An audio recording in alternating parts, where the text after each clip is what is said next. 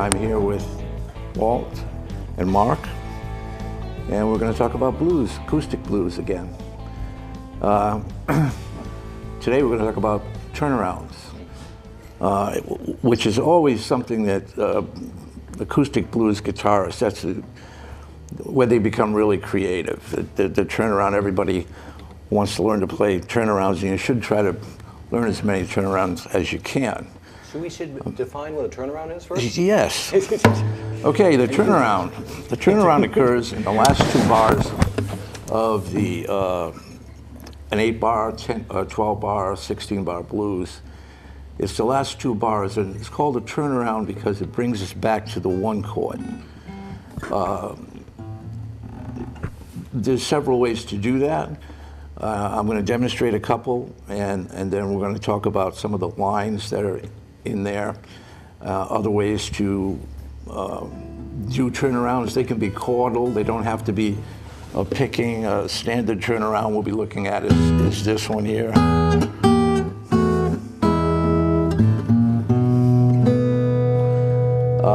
And from that one, there are many variations.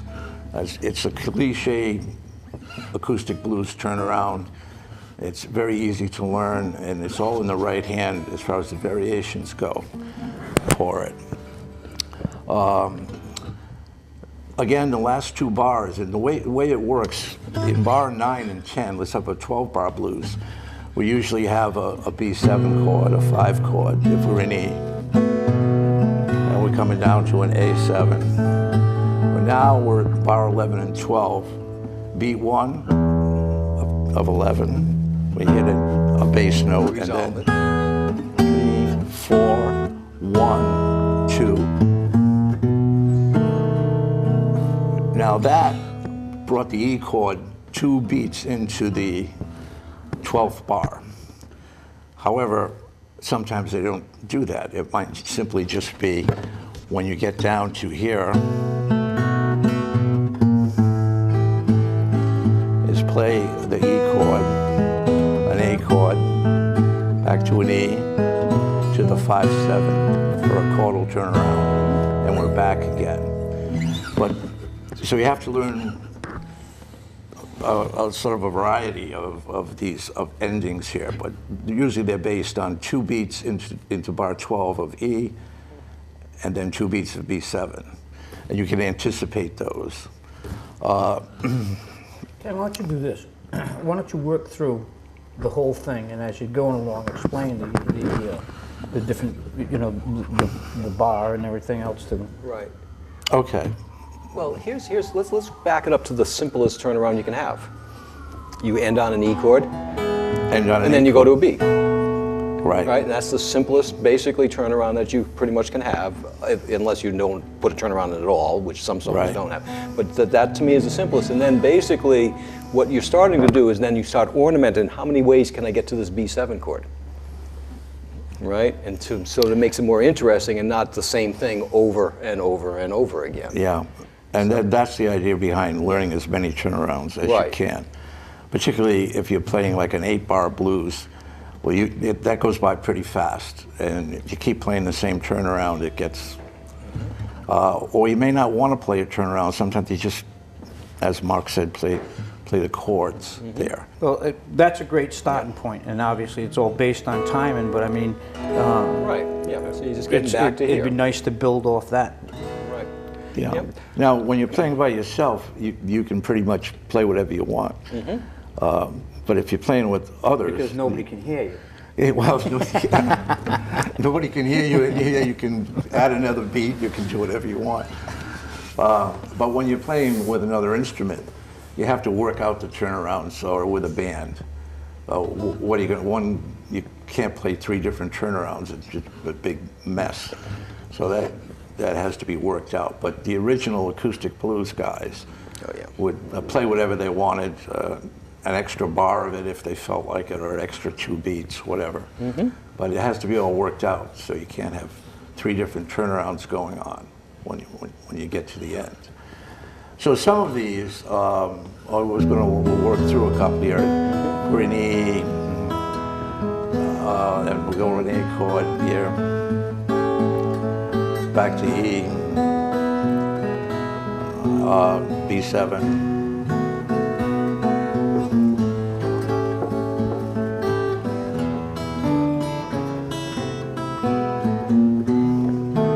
And back. Yep. So that was a turnaround with octaves. We're using the same little turnaround that I demonstrated in the beginning, which is really 1, 2, 3, 4, 1. Yep. Now, there are chords that are associated with that turnaround. Yes, there are chords that are associated with this. Yes. Yeah. So the way to look at it is this, and I'm going to let Mark talk about these lines here. This is really an E chord, straight E. So we're playing from an E back to an E. So you're walking through the E chromatically. And there's a lot of ways to think about this. You can think of it as I just said, chromatic,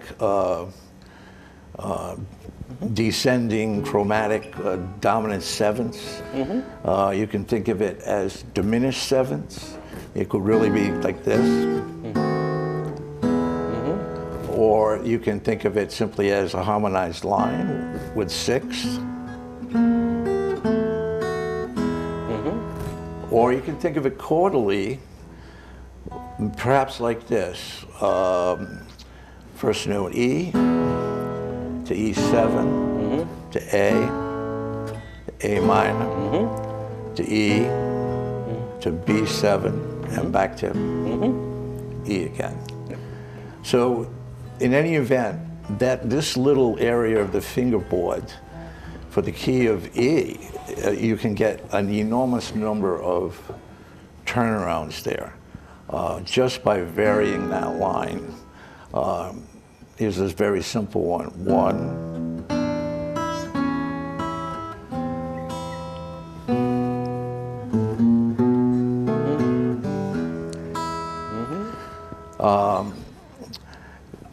This is, of course, movable to a degree.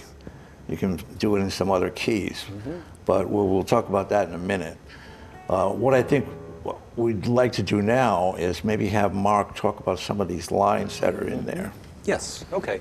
So basically what you're talking about is when you break it down to just single note lines, you're seeing it suggests chords, but we're kind of thinking, instead of chordally, we're just thinking of the music moving this way. And essentially there's two main lines that you're playing around with. One is going from the third of the key, and you're going chromatically between the third and the fifth.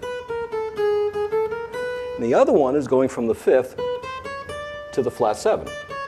So those two lines, when you play them together, become these things. Those are all those, just putting those two ideas together. Now, the idea too is that you can do them descending as we have been, but you can also ascend. I mean, here's Zeppelin. Right? You know, and they do the line the exact opposite way, right? Yeah. You're moving up, and it still gives you that sense of going somewhere in a finality, you know, of all this stuff. So it's good to play around with all those things. You can even, if you want, get into and do chromatics, do opposite motion.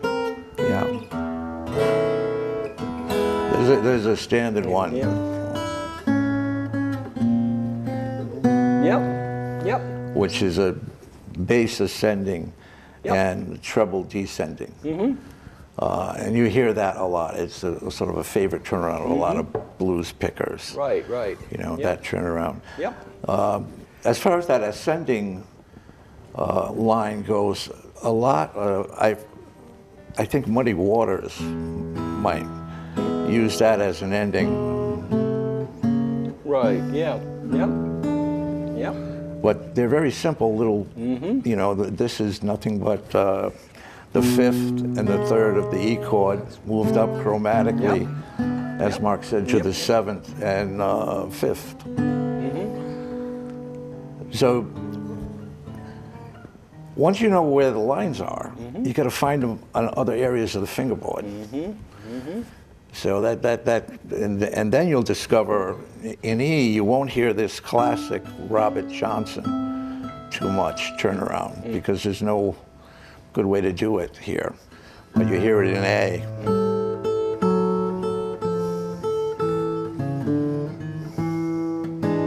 So it's really all this hand. This hand isn't really doing very much at all. Okay. You have to explore the fingerboard, though, deeply to find all the little areas you can play these turnarounds. I'm thinking in my head right now, this Robert Johnson one. The only other place I've actually played in E is up here. It can be done in G very nicely. We got to get in G, maybe make a sound here in G. Mississippi John Hurt. And it comes right into that walk up really nicely. So each key, you have to explore each key, and you have to go all over the neck, fretboard, fingerboard, and find these lines. For instance, in E, here we go in E again. This could be played, we played it here, but it can be played here too. Very same thing, but you don't have all these open strings really now. You've got to watch it when you get down to here, you know. So the same thing in A, you can do it in A up here, but you have to make sure this hand, the fingers are hitting the right strings, which takes a while to do. So I think if you listen to when the players play these turnarounds and you start to pick them up, what you'll notice is there's almost a progression that goes from the early acoustic guys from 1920 and 30. It starts to change when you get to Muddy Waters, you get to Chicago. They're doing them a little different. They're doing a lot of things in the bass as part of these turnarounds. And then later, the jazz players change it even more, which you could probably demonstrate. Could you demonstrate a little bit of that? Well, you start getting into this, so as you're coming, you know, right, so you're getting into the blues where the 5 chord comes in. You don't go to the 5 chord, you go to the 2 chord. And then when you resolve, you tend to like, and you do some more of a turnaround, like a 3-6-2-5, and all these jazz 2-5 things, which is, if you don't know about jazz, jazz is really based on this one progression. So what you do is you start fitting that in every place you can, and that's what the jazz blues tends to be like. And my definition for blues at Berklee that I learned years ago was a 12-bar form that goes to the 4 chord and the 5th measure. That's a blues. And there was no other stipulation. It didn't have to sound bluesy, it didn't have to use dominant chords, it had to go to the 4 chord and the 5th measure.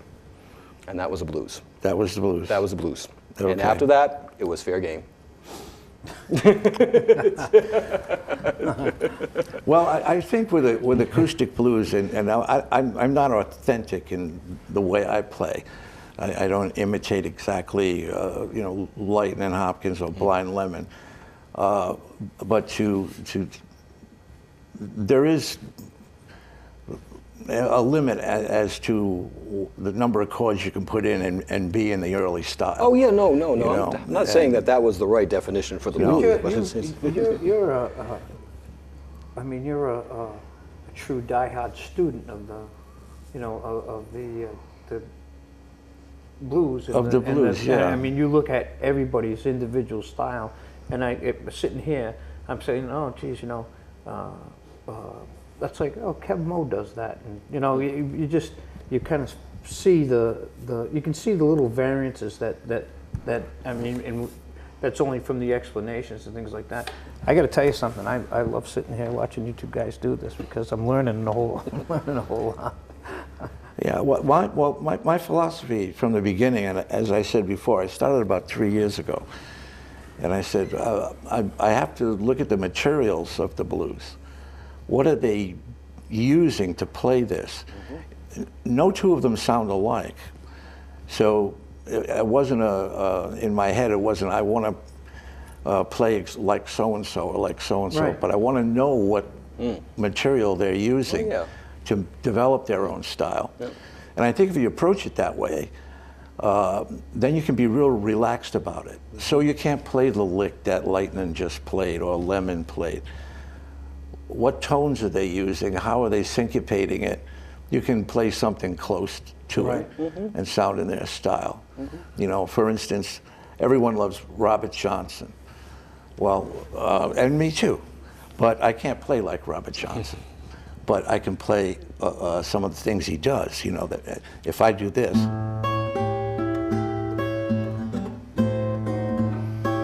it's Robert Johnson. Everybody that's listening says Robert Johnson, but it isn't.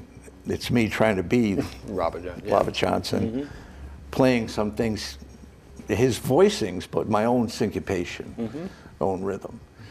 So that's how I've looked at it, and that frees you really from thinking badly about yourself. You know, well, I can't imitate this. You sit there listening, maybe to some recording of Lonnie Johnson, and you can't really get it, but you can get the style. The flavor. And then you sit there and practice till you can play in that style, till the syncopation is something like that, you know. But you can't get away from being yourself. Yeah.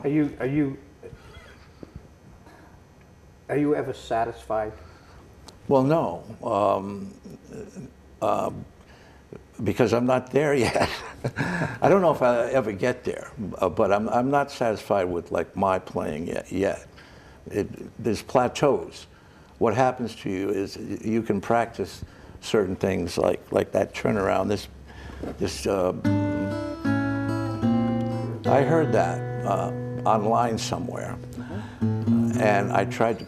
It took me like a half an hour to figure out what he was actually doing. And then when I got it, I couldn't play it. I couldn't insert it into a tune. And it took literally sitting around just doing that very slowly with the fingers, watching where they're going, recording it in my brain, till I finally got to a point where one day, maybe like a month and a half later, I could play through a 12-bar blues and put that in and stay in tempo. But it takes a long time. But once one gets in, the others start to fall in. So what I've found is, with your playing, at least because I started from scratch too with this, I have a good idea of how long it takes, at least me, to get a new look at a new say a new key. Like maybe we'll do drop D soon. Well, how do I work on drop D? Well, I drop the E string, and then I listen to a bunch of guys that are playing in drop D. If I have transcriptions and things, I'll analyze them. If there's a lot of Lonnie Johnson likes to play in drop D, so I'll play. I'll look at. There's a lot of transcriptions of his stuff. Uses a lot of diminished chords too. So if they're available, I'll look at that. If this film's available, I'll try to watch them, and listen to them, and then it might take 2 months before I'm comfortable playing a little something in drop D. But you have to stay at it. You reach this like plateau where your playing doesn't go anywhere, and I've been there sometimes for as long as a month. It's like, boy, my playing, it's not going anywhere. It's just, I'm playing the same things. There's no creativity going on in my head. What's going on? But what happens usually, that usually occurs after you've practiced something for a long time. And what's really happening, what I found out, is you're getting better. And because you're getting better, you're bored with yourself. Right. It's getting a little robotic. Yeah. But here's an interesting philosophical way to think about that, because I've often thought about this and said, okay, what is learning and what is performing? Learning is frustrating. because you're trying to do something or understand something you can't do and to do it, all right? So while you can't do it, you're learning. Once you can do it, you're no longer learning. It's coming out of you, but every step of the way, learning is going to be frustrating. And then you go out and perform it. That's what And you have to screw do. up. Yeah, that's what you got to do. And that's actually here's what makes a professional musician.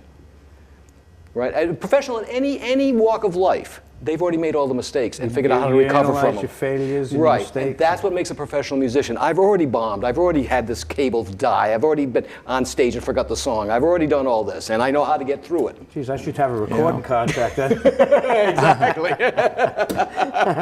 Yeah, well, that's exactly right. When, after a year and a half, I decided I need to perform in front of people. Yeah. And I played some blues in A and E, and I think I had a G blues, and I worked on them for like 2 months. And I went to an open mic, and what happened at the open mic, when I still have this problem in front of cameras and people, Your hands start my shaking. hands start shaking. My fingers were shaking so And they don't much. work. They don't work so good. They don't work. Tremolo. And I could not play. Then you feel yourself getting red and your face gets hot. Face got hot.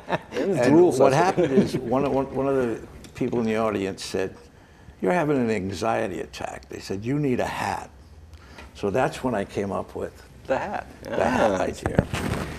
I said, "Why do I need a hat? Because you're not making the mistakes now. I'm not making a You mistake. are- Now I'm you are now- somebody you're in else." your clown suit, and Yep, I'm performing. I'm in theater. I'm not me. I'm an actor. And you also can pull it down, and Yep. you can't see the audience. Now the truth is, it didn't help. I got a hat. It made I'll tell you what, you look made pretty cool, though, It you know? made it better. So the a blues hat is important. That's a good hat. yeah. Yeah, this hat I found in both of these hats in It- an antique shop. It's funny, the producer never told me that it was hat day, so he brought in two for me. He brought in a cowboy hat with a broken Yes, the Ted and a- Nugent and look a, and and a Shriner's and a fez. fez, yes. So if you have the hat and the sunglasses, you're not yourself anymore. No. And so you can go out, and it's easier to go out and play because you're not you. If that person makes mistakes, not able to do it, okay, well. Well, then if you have the sunglasses, actually, and you have somebody off to the side, and if you mess up real good, he comes out and he walks you off the stage like you're really blind. Like you're really blind. Okay. Yes, indeed. So that's what happened to me.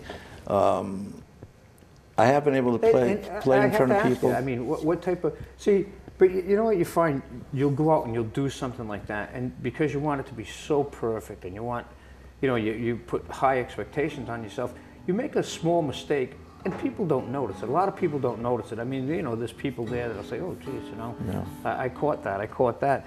But a lot of people don't, and you tend to be too hard on yourself. I mean, after you finish that performance, I mean, what kind of feedback did you get? Well, actually, I ended up stopping in the middle of that, and the audience asked me, "Why are you stopping?" And I said, "I can't play. I'm not hitting any of the notes." And they didn't get it. They said it sounded fine. And I'm like, whoa! I mean, I was not hitting any notes. Really, I was hitting bass notes and I wasn't hitting any wrong notes, but I was missing what I wanted to play. The one thing you have to remember as a musician, unless you're playing a classical piece, no one knows what you're going to play except you. And so all they can hear is what comes out. And how do they know that's not what you intended? That's what you got to always remember, right? And if it's a classical piece, well, now you're with the big boys, that's written in stone, it's got to be played a certain way. But you know what? We're not playing. We're playing the blues. Playing the blues. I got to tell you something. I'm looking at you with that hat on, and I'm worried about my wallet right now. Yeah, I told you. Yeah, that Clockwork hat fits Orange. you perfectly. It does. Doesn't it? I mean, there's a blues guy on YouTube. He calls himself Daddy Stovepipe. It's based on a real character. Daddy Stovepipe? Yeah.